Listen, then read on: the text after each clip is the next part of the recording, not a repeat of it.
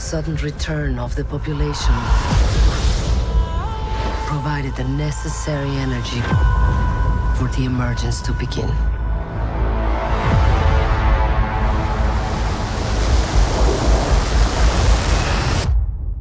Welcome back, everyone. It's Charlie. This is going to be how Marvel's Eternals movie is helping set up the core X-Men characters and mutants in the MCU, explain how they can just suddenly start showing up in the next few years before the new X-Men solo movie that Kevin Feige has said that they're working on, and they'll be adults.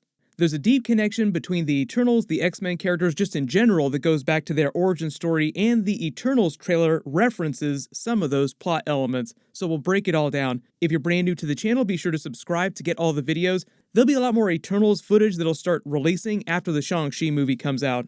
During my big Eternals trailer videos and Easter eggs that I posted the last couple of days, I explained how some of the major conflicts of the Eternals movie are basically the Hulk's Infinity Gauntlet snap during Avengers Endgame, bringing everyone back in the universe, unleashes such a massive amount of cosmic energy that it was enough to complete the maturation process of this new celestial that's growing inside planet Earth. The emergence that they're referring to during the trailer footage. A new Eternal emerging from its celestial cocoon. That's what this huge structure Cersei is looking at is in the trailer. There's a scene that looks like the meteorite crashing to Earth when Salma Hayek's Ajax character is explaining this to Icarus, and they show you the origin of the MCU, the Big Bang, all the other Celestials being created by Eternity in the moments after the Big Bang. That's what this scene is. The meteorite sounds like it's the celestial egg, so to speak, crashing to Earth to begin its gestation process over millions of years. While that's happening, it slowly absorbs background cosmic radiation like the kind Scarlet Witch uses to power her chaos magic, the same type of energy that the Infinity Stones give off, the same energy that was present at the Big Bang when the other Celestials were created. And this new Celestial just grows and grows until it eventually becomes larger like the other members of the Celestial host that we see in the trailer, like Arishem the Judge and Jemiah the Analyzer. They are massive and super powerful, so it just takes a long ass time for them to grow. The only way to accelerate that process is to just feed them more background cosmic energy from the Infinity Stones. So this is where we get to our connection between what's happening here, mutants, and the core X-Men characters. Mutants are a little bit different in the MCU in that in order to be considered a mutant, you need to be born with your powers, and typically you have to be able to express your power, generate your power from your own body in some way. Your genetic code has to fundamentally be different in some way than regular humans. They reference some of this during WandaVision. Like Monica Rambeau's genetic code gets rewritten basically, mutates her DNA by passing through the hex so many different times. There was a lot of talk on WandaVision about whether or not Billy and Tommy were the first true mutants in the MCU, or if Scarlet Witch and Quicksilver qualified as the first mutants, because both of them were born with their powers, and the Mind Stone just unlocked Scarlet Witch's full potential. But she was already born with her chaos magic abilities. Technically, that does qualify her as a mutant. The only reason why the MCU movies didn't acknowledge that earlier was because of the legal rights issue with Fox in real life controlling the X-Men characters and Marvel not being able to use the term mutant in any of its movies until they bought Fox in 2019. But regardless of that, Billy and Tommy are still both mutants in the MCU. Scarlet Witch used her chaos magic to create them, to create two new mutants, and here's the connection between what she did with chaos magic and the celestial that's growing inside the cosmic egg that we see during the Eternals trailer. It's feeding on the same background cosmic radiation of the Infinity Stones from the snaps and the same energy that Wanda was using to power her chaos magic when she was changing everything inside the Hex. The same energy that was given off by the Big Bang that Eternity used to create the original celestial host like Arishem the Judge here. The difference during the Big Bang, though, is that there was so much of that energy present that it was enough to create many Celestials, and there's just way less of that energy at this point in history when they're trying to mature this new Celestial. Then sort of bringing it back around to WandaVision, connecting this, it's all connected. The producers of WandaVision said that in the MCU, the way that they're explaining chaos magic, that it is magic of pure creation. So when you talk about mutants in the MCU, the Eternals movie is kind of doing something similar to what Wanda was doing on WandaVision, explaining how the growing Celestial absorbs all this cosmic radiation over time, but in turn, while that's happening, it also gives off cosmic radiation. Like Celestials are super powerful, even one that's growing, it is bursting with the same kind of cosmic energy that the Infinity Stones give off. And while that's happening, during human evolution, the cosmic radiation that the Celestial is giving off inside Earth slowly starts mutating humans' DNA to create the X gene. They got into this idea in the comics, but just a slightly different explainer. It was celestial blood instead of just background cosmic radiation. So what they're doing during the Eternals movie is extremely similar to the comic book explainer. But fast forward to present day, you theoretically have many people all over the Earth randomly with the X gene, but up to present day, in most cases, the X gene has been dormant, explaining why you haven't seen reports of tons of teenagers running around shooting lasers out of their eyes.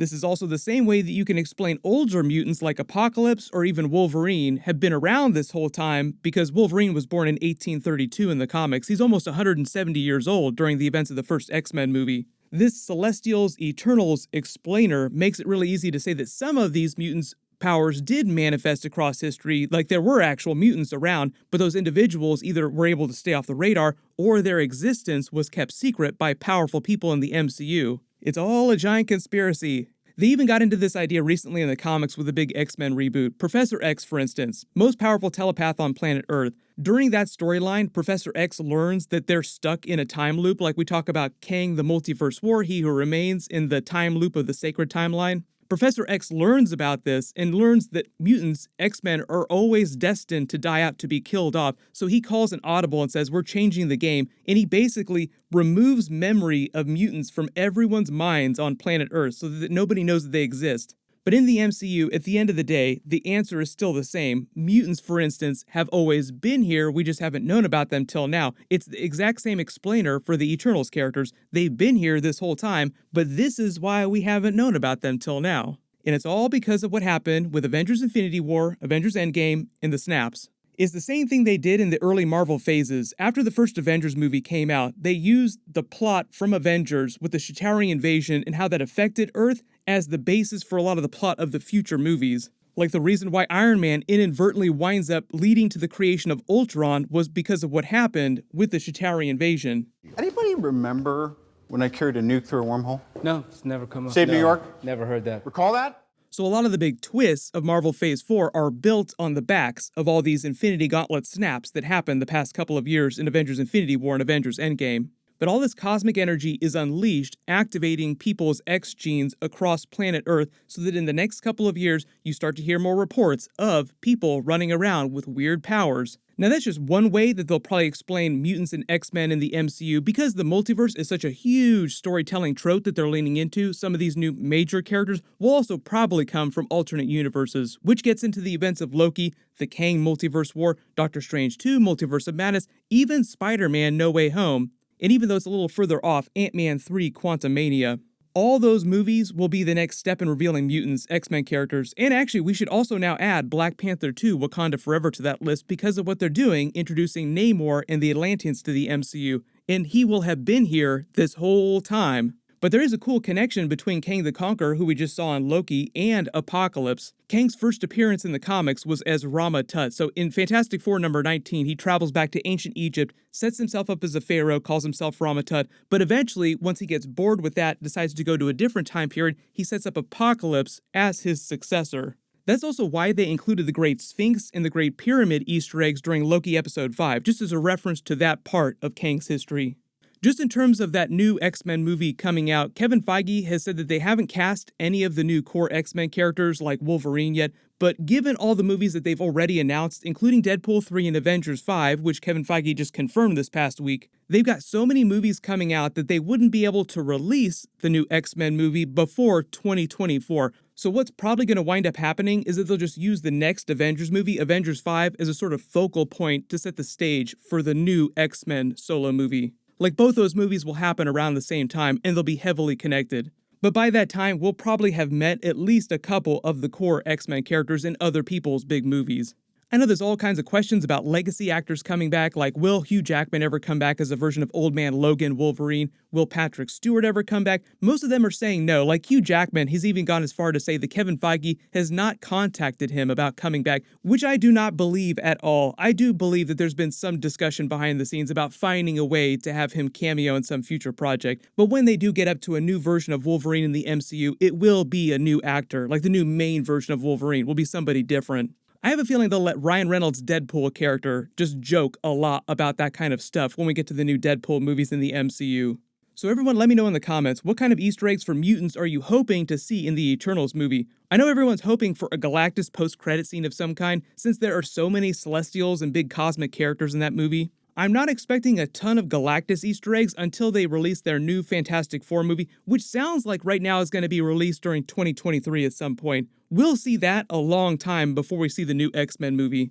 But there's a bunch of really big stuff coming up in the next couple of weeks. I'll be doing some more Shang-Chi videos once that movie comes out. My What If Episode 3 video will post on Wednesday just like normal. And there are even rumors that a Spider-Man No Way Home trailer might get released next week, but I wouldn't hold your breath on that one. So if we get any kind of Spider-Man footage, of course I will do a whole bunch of videos about it. Everyone click here for my full Eternals trailer breakdown and Easter eggs, and click here for my other new Eternals video and footage. Thank you so much for watching, everyone stay safe, and I'll see you in the next video.